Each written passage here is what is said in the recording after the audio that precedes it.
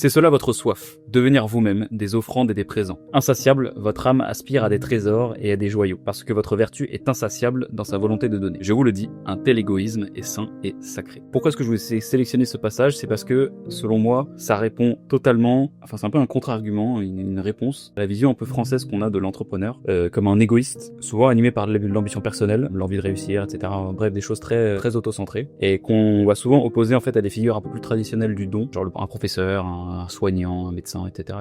et qui font que parfois on a un peu l'impression que l'entrepreneur est pas quelqu'un de vertueux. Parce qu'en fait, il se sacrifie pas.